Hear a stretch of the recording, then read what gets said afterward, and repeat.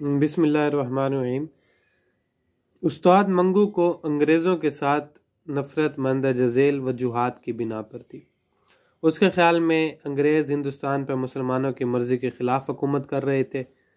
وہ ہندوستان کے مسلمانوں کی بغیر کسی وجہ کے تذلیل کرتے تھے۔ وہ اخلاقی طور پر بدکار تھے۔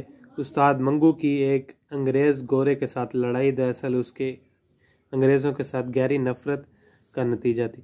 اس کو امید تھی کہ انڈین ایکٹ 1935 کے نفاذ کے بعد ہر شے میں نیا حسن پیدا ہو جائے گا۔ استاد منگو اس دن صبح سویرے اٹھا اور سڑک پر آ گیا۔ اس نے محسوس کیا کہ کچھ بھی تبدیل نہیں ہوا۔ چھاؤنی میں اس نے ایک گورے سپاہی سے جھگڑا مول لیا۔ وہ نئے قانون کے سیر میں مبتلا تھا۔ اس نے اندازہ لگایا کہ یہ وہی گورا انگریز تھا جس نے پچھلے سال سے اس کی بے عزتی کی تھی۔ اب وقت بدل چکا تھا۔ اب نئے مساوی حقوق بحال ہو چکے تھے۔ گورے انگریز نے استاد منگو کو بتایا کہ وہ بازار حسن جانا چاہتا ہے۔ استاد منگو نے اس سے 5 روپے کرایہ طلب کیا۔ گورے نے اس بات پر ناراضگی کا اظہار کیا۔ اس نے استاد کی بے عزتی کی۔ استاد منگو نے اسے نفرت سے دیکھا، پھر اس نے اپنا بازو بلند کیا اور اسے ٹھوڈی پر مارا۔ اس کے بعد اس نے انگریز کو بے رحمی سے پیٹنا شروع کیا۔ اسے جیل بھیج دیا گیا اور اسے بتایا کہ ابھی پرانا قانون ہی نافذ ہے۔ نیا قانون سعادت حسن منٹو کی نہایت ہی پراثر کہانی ہے۔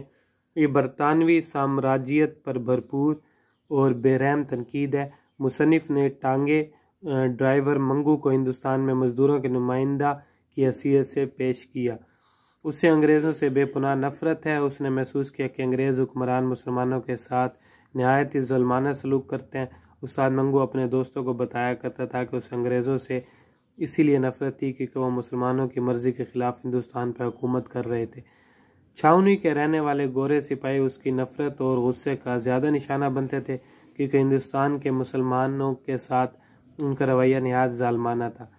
منگو جب کسی سفید سرخ گورے سپاہی کو دیکھتا تو اسے متلی ہونے لگتی۔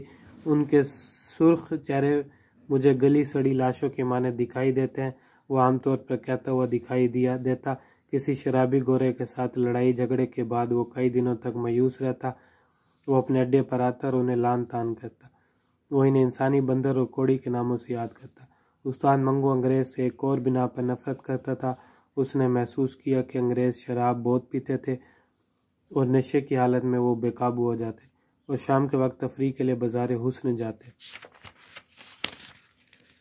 اس حکمران طبقے کی اس باطنی بدکاری سے نفرت تھی۔